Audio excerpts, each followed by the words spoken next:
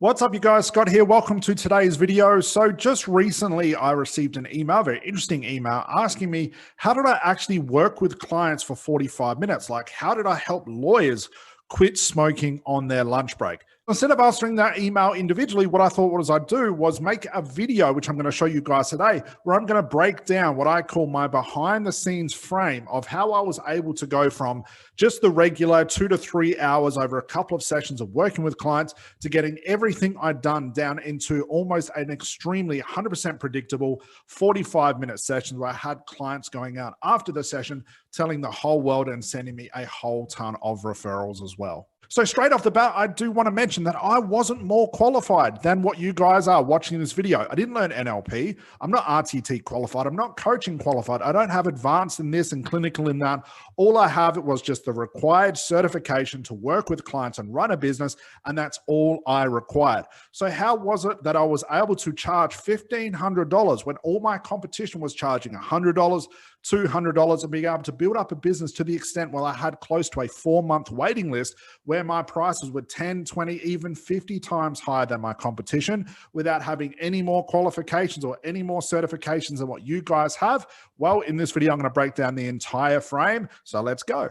All right, so here we go. So what you guys can see in front of you is really a framework of the way that I viewed hypnosis and the way that I treated my my clients as well. So as I mentioned before, this is something that doesn't happen overnight. One thing to realize that amongst this frame, one of the easiest things you can do to get these session times down, which I explain why that's so important, is to niche. You know, I've talked about this several times before, because what happens over time is just like driving a car. The more you drive the car, the better you get at it. It's the same thing with hypnosis. Once you start treating the same type of client for the same type of problem over and over again, you know, something natural happens where we start to get really good at solving that one problem. So amongst everything you take away from this video, and I'll try and keep this as short as possible, but still explain it the best way I can, is to niche. So that's the first point I want you guys to take away. So here is the frame. I've got frame 1, 2, 3, 4, and 5. So this is the way, like I said, that all of my hypnosis session and basically my entire business, and still to this day, how I treat my business now, the frame that I run my business through. So let's look over here first. So we've got an image of scissors, and what this really represents is what I call trimming the fat. So one thing I realized with all my clients, as we all know as therapists and coaches, is what I call the unconscious problem versus the conscious problem. We know one thing about the unconscious mind. That's where it stores the problem. But we know as well that clients' best representation to explain what the problem is through conscious thinking. So here you have the problem at the unconscious level, which a client cannot access. That's what the unconscious mind does. And all they can do, the best way I can explain this, all they can do is guess the problem based on the symptoms. So I'll give you some context. So here I am working with lawyers to quit smoking, and they booked a session thinking that smoking is the problem. And if I take them through a session, I'm going to solve the smoking problem. Well, indirectly is what I'm solving, how I'm solving the smoking problem. But what I am fixing is what's happening at the unconscious level, whether it's a stress thing, it's a habit thing, it could be anything, it could be a weight thing, whatever it is. It could be a past relationship thing that they haven't overcome or solved, and that's the reason why they smoke. So a big thing to realize was every client that I saw, I never went into the session assuming anything. So I didn't read scripts. I didn't really use any sort of techniques. As I mentioned before, I'm not NLP qualified. I'm not coaching qualified. I'm not RTT qualified. You guys watching this probably have more certifications than I ever had, but I realized this, and this changed my entire outlook on hypnosis and working with clients, is my client's going to come in telling me the symptoms, the conscious problem. If I solve the conscious problem, the unconscious thing is still going to remain. So my job with hypnosis was to get rid of the conscious thinking and stop that from being overloaded and my client basically talking and guessing as to what their problem was, get them into some sort of trance and allow the unconscious process to come out. So at the same time, I was never bigger. I never used things like deepening. I never used like suggestibility tests. I never went into the problem itself or the client itself assuming anything. And I'll talk about in a moment how I started every single session. And again, this is a great way to think as well. So unconscious problem versus the conscious problem. We know that the client's going to give us their best guess as to what their problem is, but we know we have to solve the unconscious problem instead. So every session I went into, knowing that client has already done a strategy call with me, done a survey, paid the session, which is actually part of the next frame here, I start off every session with what's the problem? And this is how the conversation would go. Client sits down, I'd say, what's the problem? They say, well, I want to quit smoking. And then what I would do was I'd investigate that problem. And I might say something like, well, what's the problem with smoking? And then they'd say something like this, well, and bang, I'd start the process.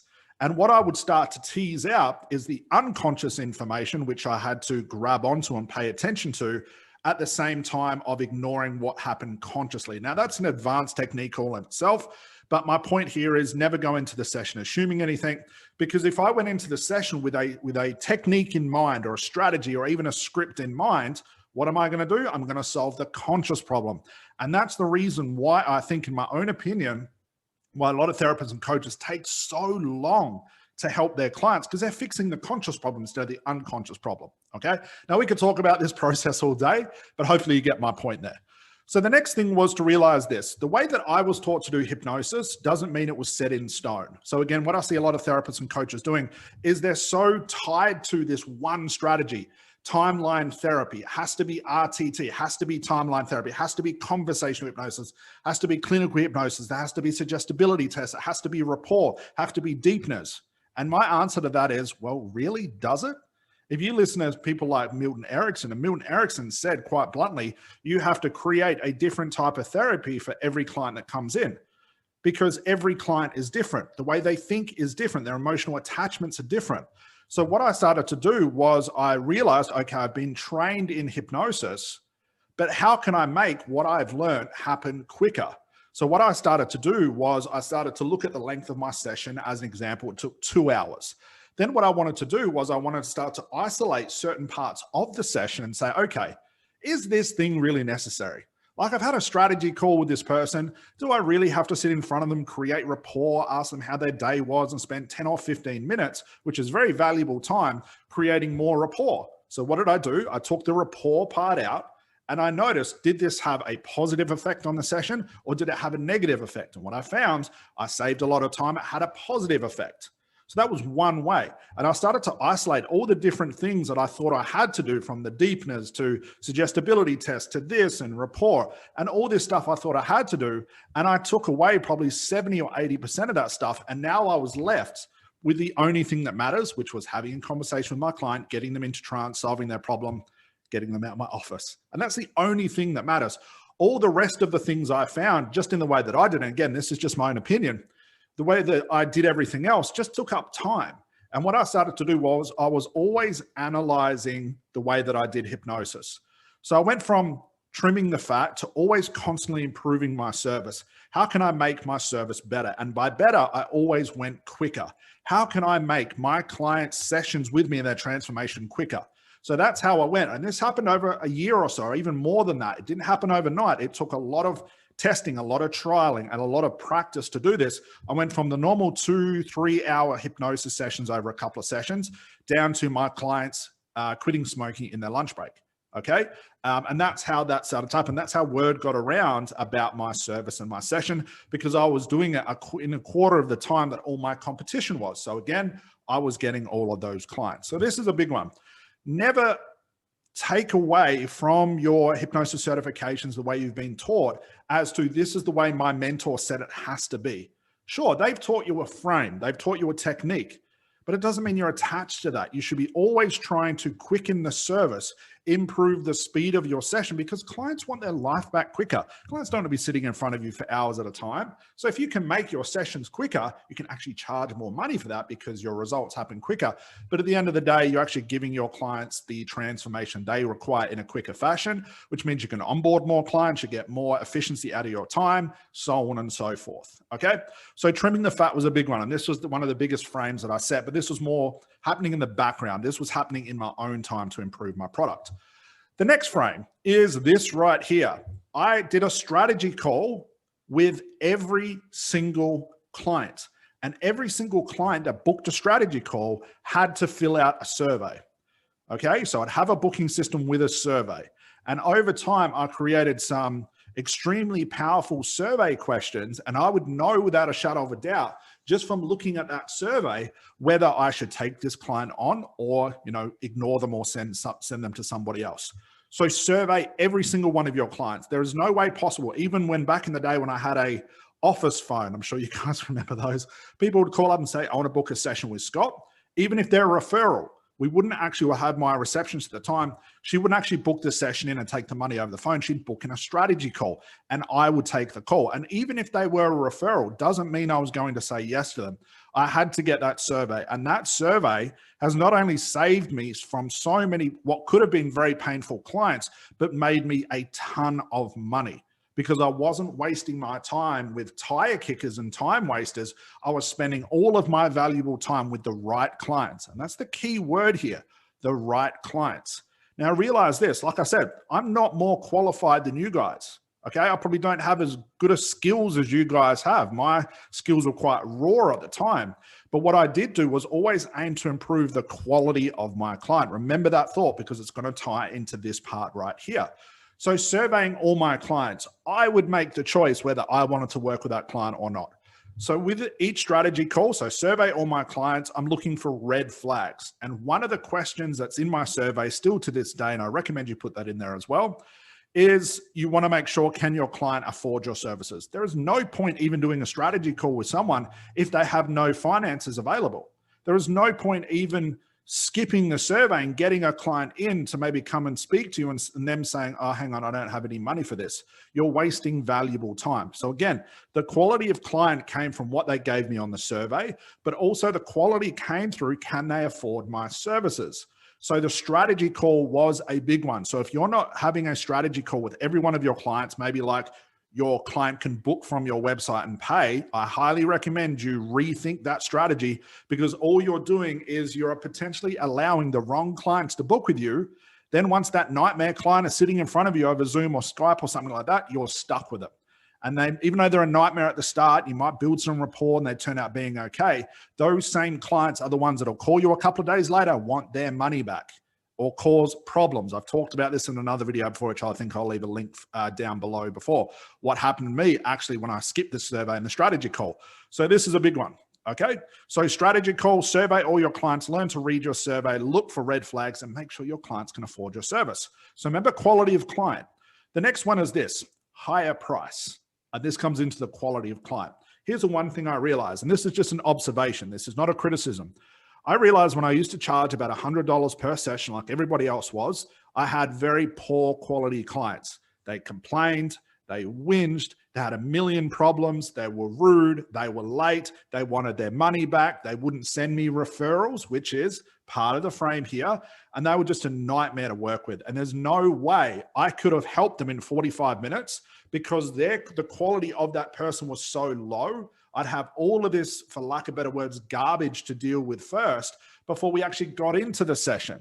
So what I wanted to do was raise my prices to the extent that poor quality clients couldn't afford my service. That was one thing. Then I realized, because my prices were so high at the time, it's $1,500 to work for me for 45 minutes. It's not a long time. Remember, clients pay for results.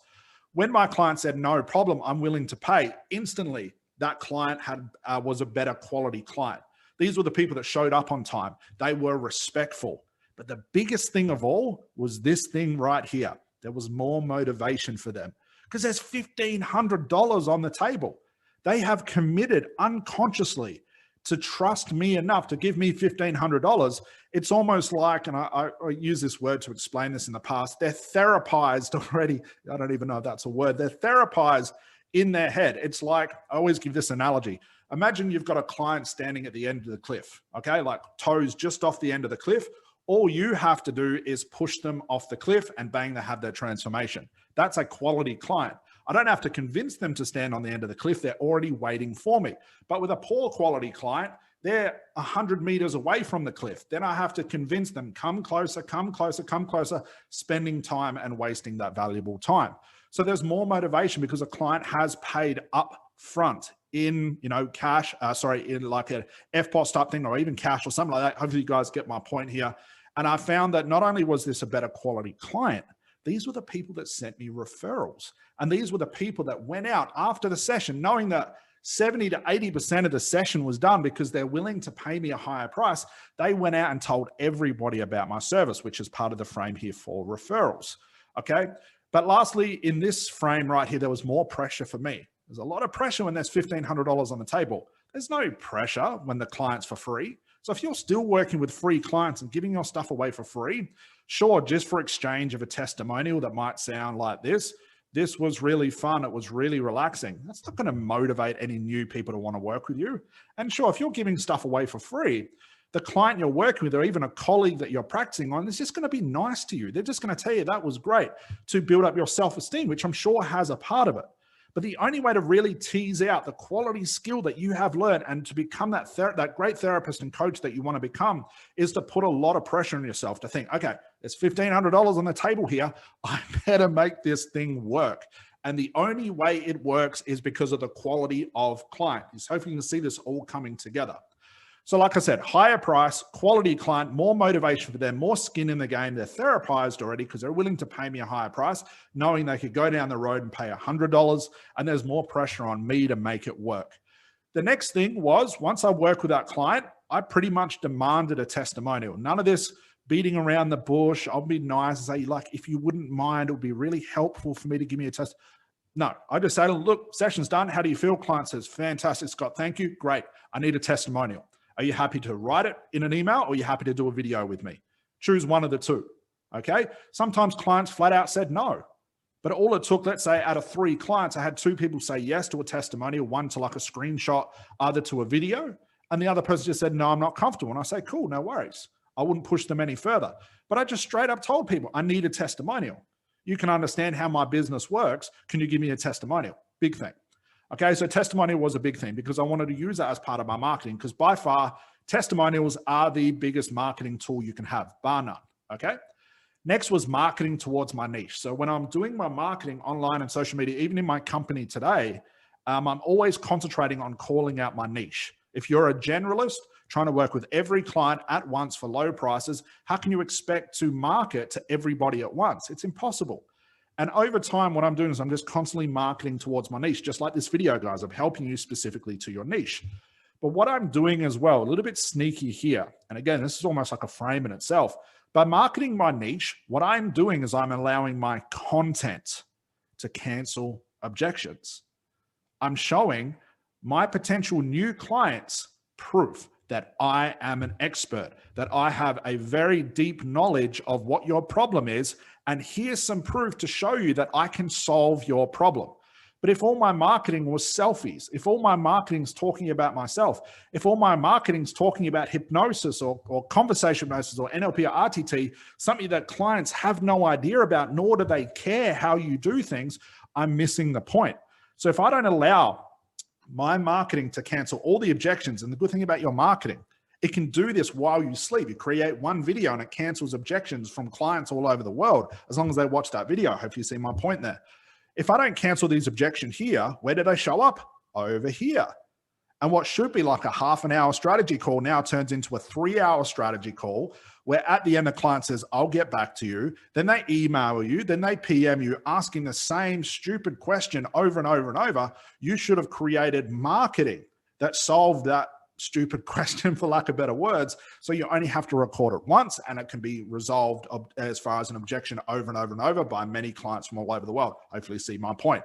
So I'm allowing my marketing to do this stuff for me. And one surefire way to have your marketing do all the heavy lifting for you is to show proof, bar none. But the only way you get testimonials and proof is over here by having a better quality of clients. Okay, see all this working together? Last thing was referrals. The only way I got referrals is because I accomplished this. I solved the problem inside the frame that they wanted me to solve the problem in, which was in my lunch break. The only way I got this was to employ all of this. The only way I got referrals was always improving my service, taking things out that were wasting time, learning new things, improving my skill to become a better therapist at the time. So you can see how this all works together. You don't just get here for, overnight or just because. You want to employ all of these frames because they all are interchangeable. It's like a machine. If the machine is broken because one part of this is flawed or is not working as efficiently as the rest, the whole machine is broken. So you can see all of this happens behind the scenes. I'm setting every session up and basically my entire business to be controlled by all of these frames. So realizing, let me just recap really, really quickly. You want to start to trim the fat off your sessions, make your service quicker. You want to survey and do a strategy call with all your clients and start looking for red flags.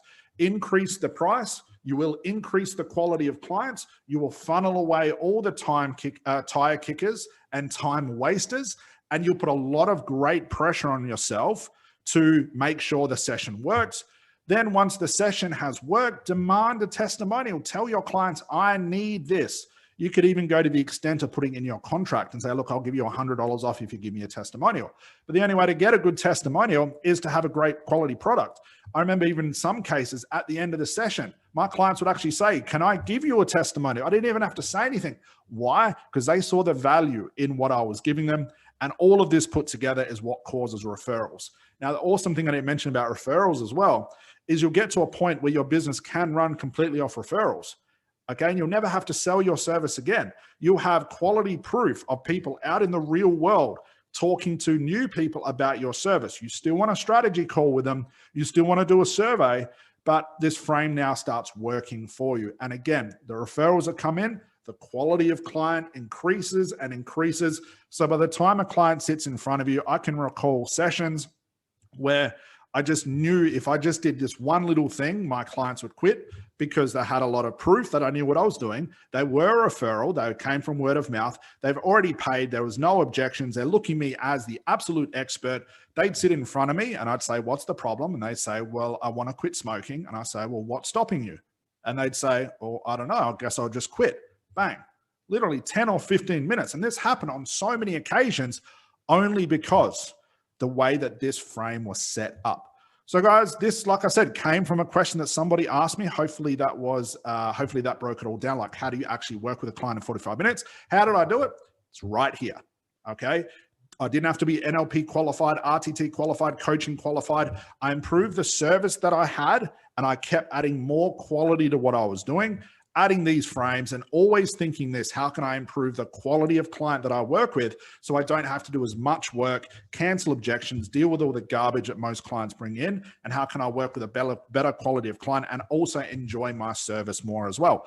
So guys, that's it for me for today. If you have any comments, by all means, leave those questions below, and also make sure you like and share this video as well. Make sure you subscribe to the channel as well. If you haven't, click the bell icon because we do have new videos, 3 to 4 new videos every single week amongst these topics, amongst how to get clients and marketing and pricing and everything in between. So guys, that's it for me for today. I'll see you in the next video. Bye for now.